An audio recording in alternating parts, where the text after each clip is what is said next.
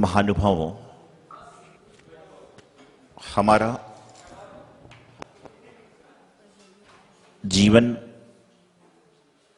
जो चल रहा है वो आचारों से, विचारों से और व्यवहार से चल रहा है। जैसा हमारा आचार्य होगा, आचार से मतलब खाने वाला आचार नहीं तो लोग आचार मतलब वो समझ जाते हैं।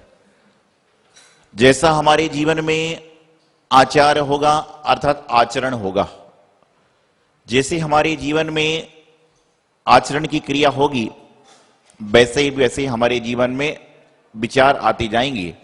और जब हमारा जैसा आचार होगा वैसा विचार बनेगा और उसके बाद में हमारे जीवन में विचरण प्रारंभ हो जाएगा। आचार सही होगा, विचार सही होगा और विचार सही होगा तो विचरण भी सही होगा और जब विचरण सही होगा तो आपका जीवन का व्यवहार भी सही होगा।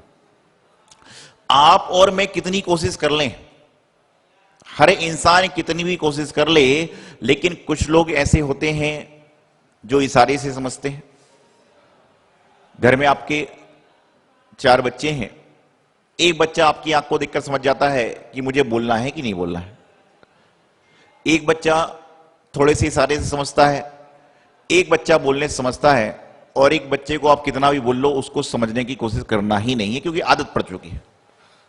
आप कोयले को जलाओगे, बाद में आपको हाथ में राख आएगी, लेकिन कोई समझदार व्यक्ति होगा तो उस राख को भी, काली राख से भी बर्तन को साफ करके उस राख को भी इस्तेमाल कर लेगा। और कोई नासमझ होगा तो उस राख को भी क्या होगा, बहते पानी में बहाकर समाप्त कर देगा। तो कहने का तात्पर्य है कि यह हमारी समझदारी के ऊपर निर्भर करता है कि हम अपने जीवन में कैसा काम करें। एक बार एक 10-11 साल का बच्चा बड़ा दीनहीन अवस्था में, बड़ा दुखी अवस्था में, बड़ा परेशान की अवस्था में सड़क पर खड़ा था और वहीं पर एक न्यू ब्रांड गाड़ी लेकर सूट बूट में एक आदमी आया। उसने कहा, क्या बात है बेटे, कई लोग दयालु प्रवृत्ति के भी होते हैं, क्या समस्या है? उसने कहा, मेरा वैलेट, पर्स के पैसे खो गए या जो भी है और मुझे वहां तक जाना था तो मैं रह गया। तो उस गाड़ी वाले ने बच्चे को अपनी गाड़ी में बैठा लिया और बैठाने के बाद, देखिए बच्चे तो बच्चे होते हैं, उनके मन में कोई पाप नहीं होता है। उनने पूछा कि अंकल ये गाड़ी आपने कब ली? बोले कल ही मैंने नई खरीदी है और बहुत महंगी गाड़ी होगी। तो उसने पूछा गाड़ी काफी महंगी होगी? हाँ। उसने कहा कि पूरे शहर में ये दूसरी ही गाड़ी है, बहुत बड़ा शहर था। तो उसने कहा कि आपने खरीदी होगी? तो उन्होंने कहा नहीं, मेरे जो बड़े भाई हैं उन्होंने मुझे ये गाड़ी गिफ्ट में दी है। बोले बहुत सुंदर गाड़ी है। इतने में वह बच्चा अपने काम में लग गया और वह आदमी भी काम में लग गया और जब उसकी मंजिल आने लगी तो उसने कहा थैंक यू अंकल, आपने मुझे गाड़ी बैठाकर भेज दिया। तो उस आदमी ने पूछा कि तुम्हारे मन में भी क्या विचार आ रहा था कि मेरे पास भी ऐसी गाड़ी होना चाहिए? कोई भी आदमी क्या कहेगा, बिल्कुल होना चाहिए। तो उसने कहा नहीं, मेरे मन में बात नहीं आई। तो बोले तुम्हारे मन में क्या बात चल रही थी? बोले मेरे मन में बात ये चल रही थी कि मैं भी अपनी इतनी मेहनत करूं, मैं भी अपना इतना मेहनत करूं कि मैं भी आपके बड़े भाई जैसा बनूं और अपने भाई बहनों को गाड़ी आदि लेकर दे सकूं। मेरे मन में तो ये बात चल रही थी, मेरे मन में लेने की बात नहीं चल रही थी, मेरे मन में देने की बात चल रही। सोचिए, विचार करिए कि छोटा सा बच्चा, 11 साल का बच्चा भी कितना बड़ा उपदेश दे जाता है और हम लोग क्या सोचते कि आकाश मेरा भाई भी मुझे देता। अरे देने वाला तो देगा, लेकिन लेने की योग्यता, लेने की क्षमता तो चाहिए। हमेशा लेते रहते हो, कभी देने का प्रयास भी तो करो। हमेशा खाते रहते हो, कभी खिलाने का प्रयास भी तो करो। हमेशा मांगते रहते हो, कभी देने का प्रयास तो करो। अरे भाई, जो मांगने वाला होता है उसका भी ईमान होता है, उसका भी धर्म होता है। वह भी यदि मांगे हुए पैसे से भी जिस भगवान को मानता है उस बंदे में जाकर चावल जरूर चढ़ाता है, क्योंकि जो मुझे मिला है वह इनकी बदौलत मिली है। जो हमारी दौलत है वह इनकी बदौलत है।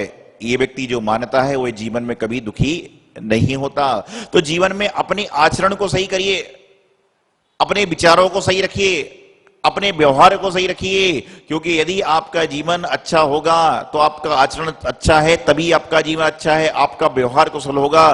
कहते हैं आदमी खाने को 2 रोटी मत दे, लेकिन मुख से व्यवहार कुशल बात करे, उससे पेट भर जाएगा। अरे क्या है, आपका क्या बिगड़ता है? जिंदगी में उठा पटक, जिंदगी में इतनी उम्र निकल गई, हर व्यक्ति अपनी उम्र का जोड़ लगाए तो पाएगा कि मैंने अपने जीवन के इस समय में अपने आचरण में क्या किया, अपने व्यवहार में क्या किया। और मैं तो सिर्फ एक बात कहता हूं, चाहे मैं हूं, चाहे आप हो, चाहे कोई दूसरा व्यक्ति हो, तीसरा व्यक्ति हो, हर व्यक्ति अपने जीवन के पिछले 5 साल को निकाल ले, पिछले 10 साल को निकाल ले, पिछले 15 साल को निकाल ले, और यह प्रयास करे अपने अंतरंग के दिल से कि मैंने आकारण कितने लोगों से झगड़ा किया, तो आप पाओगे कि मैंने बहुत कारण से, और किसी को बताइए मत, अपने मन में सोचिए, क्योंकि मन के सामने आदमी सच्ची बात करेगा, मेरे सामने, आपके सामने तो आदमी सच बोलने में घबराएगा, तो मालूम चलेगा कि मैंने आकारण ही विवाद कर दिया, आकारण ही व्यवस्था कर दी। और ध्यान रखिएगा कि हमारे कारण किसी के शुभ भाव नहीं बन सकते, तो हमारे कारण किसी के अशुभ भाव क्यों बने? हम किसी को रौद्र परिणाम से बचा नहीं सकते, तो हम लोग कम से कम किसी को रौद्र परिणाम में डाले क्यों? आर्त रौद्र परिणाम बढ़ाने से क्या होगा? हमारी भी तकलीफ, और दूसरे की तकलीफ, सुनने वाले की तकलीफ, और हमारे द्वारा कहीं ऐसा कार्य, ऐसी क्रिया तो नहीं हो रही है जो लोगों को अशोभनीय लगे।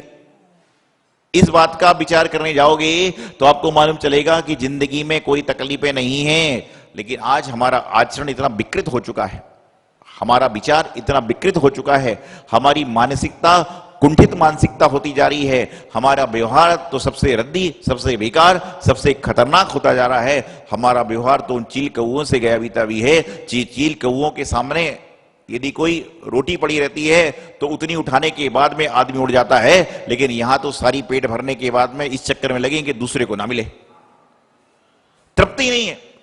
इंसान के अंदर तृप्ति नाम की चीज नहीं है, और जिस इंसान के अंदर तृप्ति नाम की चीज आ जाएगी उसके जीवन का कल्याण हो जाएगा। और तृप्ति नहीं है तो आप भगवान के समोषण में पहुंच जाओगे, तो वहां पर भी आपको यही लगेगा कि अरे मेरे पास वाला इतने ऊंचे कैसे बैठा है? अरे तू अपने आप को पुण्यशाली तो समझ कि कम से कम मैं भगवान के समोषण में तो पहुंचा हूं।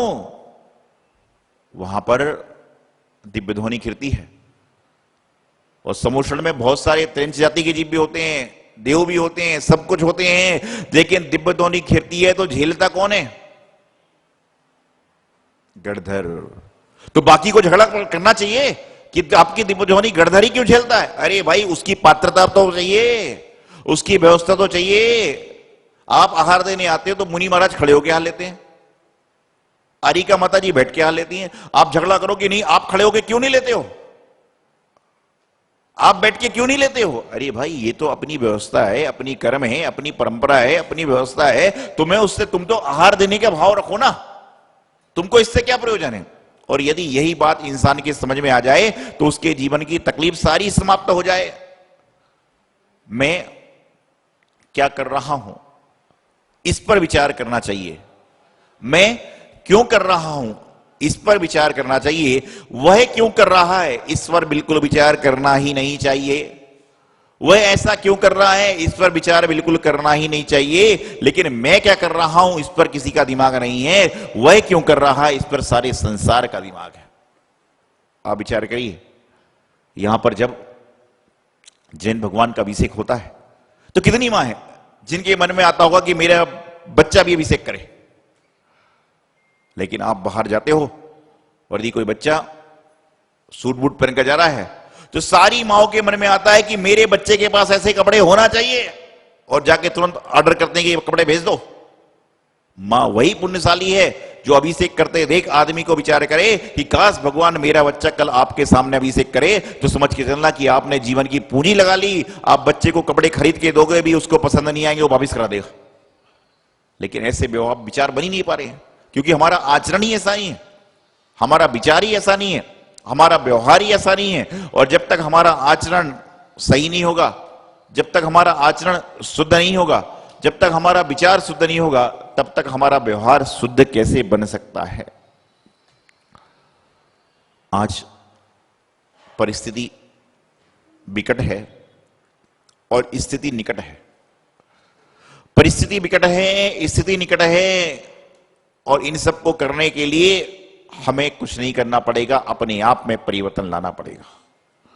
समस्या मुझे भी है, समस्या आपको भी है, समस्या जिंदगी में सबको है। जो इस जिंदगी में जी रहा है, प्रत्येक व्यक्ति को कोई ना कोई समस्या है, लेकिन समस्या का कारण कहीं हम ही तो नहीं है।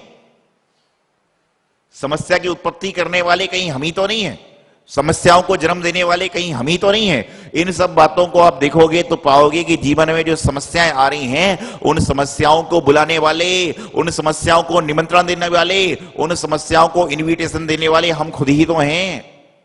जब आप किसी को इनविटेशन दोगे तभी तो आपके घर में आएगा, बिना इनविटेशन के तो बच्चा भी खाना खाने की टेबल पे नहीं आता। तो संकल्प विकल्पों को बुलाने वाला कौन? संकल्प विकल्पों को बुलाने वाले हम खुद ही हैं। लोग मेरे पास आते हैं, अपनी बात लाते हैं, कोई कहता मुझे ये तकलीफ है, कोई कहता मुझे ऐसा है, कोई कहता मुझे वैसा है। लेकिन आज तक इतने कैसे लोग आ गए जो महाराज जी से, साधु संतों से पूछे, महाराज जी स्वास्थ्य तो ठीक है, कोई तकलीफ तो नहीं है? विचार करना बात। आप अपने घर में अपने पिताजी के पास जाते हो, मेरे ये सामान नहीं, मेरा ये सामान नहीं, कभी पिताजी से पूछने का प्रयास किया कि आपको कुछ सामान की जरूरत तो नहीं है? कभी प्रयास करो कि जितना तकलीफ आपको होती है उससे दुगनी तकलीफ, क्योंकि आपको तो एक व्यक्ति को तकलीफ है, लेकिन उस इंसान को 10 लोगों को घर चलाना है, 25 लोग, उसको कितनी तकलीफ होगी। लेकिन बस यहां समस्या है। तो मेरे पास आते हैं लोग, महाराज जी ये तकलीफ है, तकलीफ। मैं पूछता हूं तकलीफ क्या है? एक ने बड़ी अच्छी तकलीफ बताई। मैंने पूछा तकलीफ क्या है? बोले महाराज जी नींद नहीं आती गोली खाए बिना। मैंने कहा अच्छा। सोने के पहले? मैंने कहा क्या करते हो? बोले सोने के आधे घंटे पहले तक टीवी को देखता हूं। तो मैंने कहा सपने कैसे आते हैं? बोले कभी आता है कि वो शेर दौड़ रहा है, कभी आता है कि वो हत्या हो रही है, कभी आता है कुछ हो रहा है। मैंने कहा ये सपने और बुरे आने वाले हैं तुम्हारे लिए। बोले महाराज जी आपने तो निराश कर दिया, नाराज कर दिया, मैं तो बड़ी आशा से आपके साथ आया हूं आपके। मैंने कहा और बुरे आने वाले हैं। बोले क्यों? मैंने कहा तुम्हारी नींद धीरे धीरे खत्म होगी, टीवी तुम्हारी 11 की जगह 11:30, 11:30 की जगह 12:30 चलेगी, और 12:30 बजे तुम यही देखोगे वो झगड़ा हुआ, वो प्रॉपर्टी हुई है, ये हुआ। तो बोले महाराज जी मैं क्या करूं? यदि सपनों को सुधारना चाहते हो और नींद नहीं आ रही है तो कोई सत्संग की बात को सुन लो, कोई भजन सुन लो, कोई प्रवचन सुन लो, तो ऑटोमेटिक नींद आएगी। तो उसमें यह आएगा कि मैं भगवान को आहार दे रहा हूं, मैं अभिषेक कर रहा हूं, मैं मुनियों के दर्शन कर रहा हूं, मैं मंदिर में पूजा कर रहा हूं। तो बोले महाराज जी उससे पाप तो नहीं लगेगा? मैंने कहा रात में खाता हुआ देखना पाप है, रात में खाता हुआ देखना पाप है। और एक बात बताऊं आपको, अधिकतर सपनों में रात को जलेबी कब दिखती है पता है आपको? पर्युषण पर्व के 14 के दिन, उस दिन रात्रि आदमी की ऐसे कटती है, ऐसे कटती है जैसे तिहाड़ जेल से आदमी को बाहर निकाला जा रहा है। ऐसा मुश्किल से कटती है। रात के 12 बजे बार-बार टाइम देखता है, 2 बजे देखता है, 4 बजे सोचता अब तो जग का समय हो ही गया। तो मैं आपको बताना चाहता हूं कि जिंदगी में आपको स्वप्न बुरे आते हैं, उसका कारण यह है कि आपने क्या किया है कि रात्रि में सोने के पहले तक टीवी से चिपके हो। टीवी आपके हाथ में ही है आज के जमाने में तो, और उसमें बस लगे हुए हैं इधर उधर की विचार। तो रात को स्वप्न में वही आता है, और जब स्वप्न में वही आएगा तो क्या होगा? नींद तो आएगी नहीं। कितना भी व्यक्ति कितनी नींद में क्यों ना हो, उसके सामने उनके पसंद की बात कर दो, सारी नींद भाग हो जाएगी। और उनके बेपसंद की बात कर लो तो नींद नहीं आने वाले को भी नींद आने लगती है। कई बार मैं देखता हूं मंदिरों में 1-2 झपकी लगा लेता आदमी। आप सब तो धर्मात्मा है। कई बार मंदिरों में लोग बैठे बैठे झपकी लगा लिया करते हैं। मैंने पूछा भाई क्या बात है, मंदिर में झपकी क्यों लगती है? बोले महाराज जी आपके मधुर वचन लोरी जैसे लगते हैं, और जब लोरी को सुनता हूं तो नींद आ जाती है। मैंने कहा बात तो सही है, गुरुओं के वचन लोरी जैसे नींद लगती है। फिर मैंने उससे कहा कि वचन तो लोरी जैसे लगते हैं, लेकिन लोरी से जगने के सोने के बाद जब बच्चा जगता है फिर क्या करता है? भाई जब बच्चा लोरी सुन के सोता है फिर जगता भी तो है।